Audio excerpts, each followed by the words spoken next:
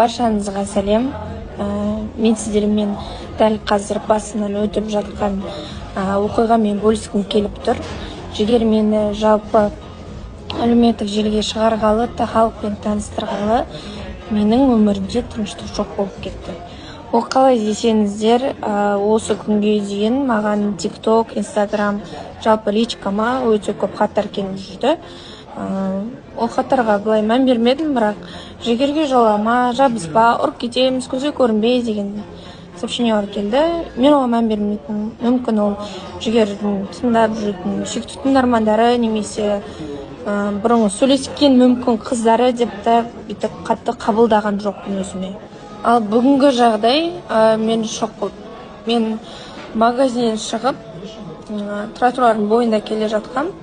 Сосын алсын үш қызды байқадым. Ол қыздар походу мені сол кезде уже сразу таныды. Өйткені уже андай косо взглядпен, жақтырмайтын взглядтермен маған қарап келе жатқан. Сосын өтіп баратып, андай грубый тонмен бүйтіп айғайлады деймін. Грубый тонмен Мумина деп үшеуме айтында айтты. Мумина жігерге жолама дейді. Мен тұрған жерде тұрып қалдым. Менің орны сіздер не істейтін едіңіздер? Мен если честно дым істемей қалдым. Дым айта алмай да қалдым, өйткені шок болды. Енді айтқым келгені, жазып жатқан хейттарыңызды, сындарыңызды қалдай өреміз ғой. Бірақ мынандай угрозаларды мен орынсыз деп санаймын. Бір күні енді шынымен де жібер үшін төбелесті алда жатпайық, масқарамыз шығып.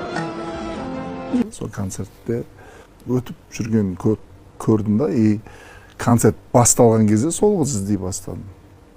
Сөйтіп, дәл алдымда сол жақта тұр екен. Бүкіл 1,5-2 сағатты концерттің бәрін былайынша жатқан сол қызға қарап айттым десем болады шығар.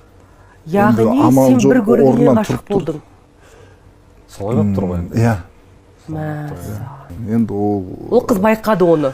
Байқап тұрды. Сөйтіп, сол концерттен кейін мен дереу жаңағы Инстаграмға кіріп, мені белгіледі ме екен деген сияқты қарап тауып алдым.